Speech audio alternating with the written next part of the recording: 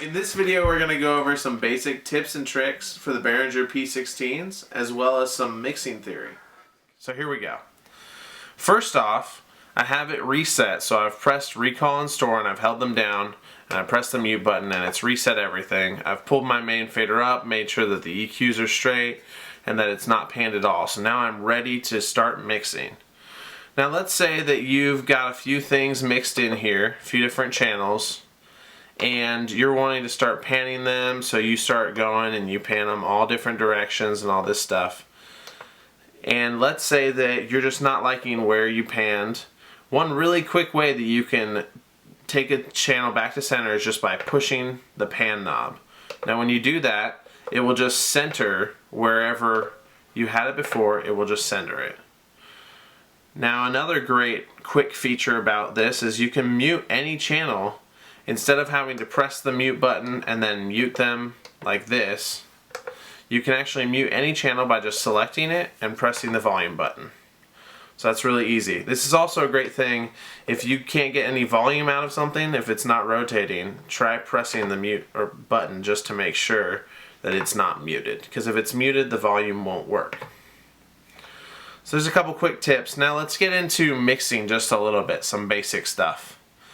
I like to make sure that I'm panning a lot of things in my ears because when I pan things, it's giving a lot of separation to different instruments. So let's say that we have two electric guitarists in the band.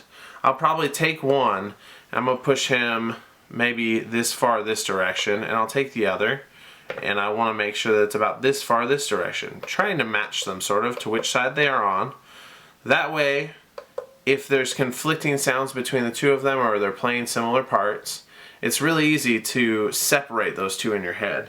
Likewise, if we have four vocalists on stage, it's nice to be able to go through maybe and just really quickly say, okay, well this vocalist I'm going to put over here, this next vocalist I'm going to put a little closer to me, and then maybe it's my vocal mic and someone else, and let's say maybe we had 5 vocalists, so we're going to push them all the way over here. So now you can see as we go through the channels, they're all separated a little bit, left and right. That's going to help you a lot just to clarify some of your mix. You won't have to mix people quite as loud. I wouldn't ever suggest panning something all the way to one direction or the other because at that point you do lose a lot of volume if it's just in one ear, and you're going to end up pushing them very hard and maybe even doing a little bit of hearing damage or just not being able to get the clarity that you want. So I wouldn't suggest panning something all the way, but play with your panning a lot and see if that helps you clear up your mix. Now sometimes, even after you're done panning, you still feel like something is really muddy or maybe it sounds very dark and you can't really hear it. That's where EQ is going to come in. So let's say that you have a vocalist that you just feel like is really boomy and maybe it sounds like he's talking into a tin can like that. Well, try taking a little bit of your bass out and scooping out a little bit of the lower mid frequencies, kind of like this, and see if that works. And if it doesn't, maybe try taking the higher mid frequencies where his voice is sitting naturally and boosting those a little bit. Just some quick things that might be able to help you make things more clear, make things better. At the end of the day, with EQ, it's really subjective, so just play with things, Take your mid-range and turn it up really loud and then sweep the frequency back and forth and see if there are some sounds that you really like in there, or maybe you find a sound that you're like, ooh, I really don't like that. Well, then you can take that particular frequency that you found and pull it back and take it out of your mix for that channel a little bit.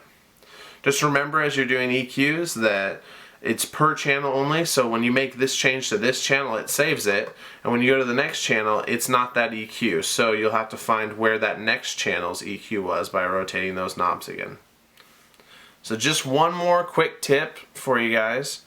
The limiter knob is going to be limiting, obviously, how much volume the unit's allowed to put out. So when it's in this position all the way on, it means that there's no limit to the amount of volume that this can put out. Wherever this master volume is, that's how much volume is going to come out at you.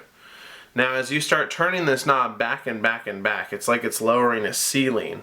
So even if your level is turned up to here, and that's where it's outputting, if your limiter is pushed too low, it won't ever go above that, and it'll start really compressing your signal and not giving a lot of dynamic range to it. So I suggest for a lot of people just to leave it maybe, you know, just a little past full on, or just a little before full on, I mean, so that if anything big happens, someone unplugs a guitar and it pops or something like that, you'll be protected from that really loud noise, but at the same time it's not limiting your signal actively. Now the way that you can tell whether or not it's limiting is right now it's a dim LED, and so when it is actually activated, when it's hit that ceiling, that will light up bright. So if the band is playing and big and full and you see that light lighting up a lot, it means that your limiter is activating a lot and you might want to turn it up a little higher. Well, thanks guys, hope that was helpful for you.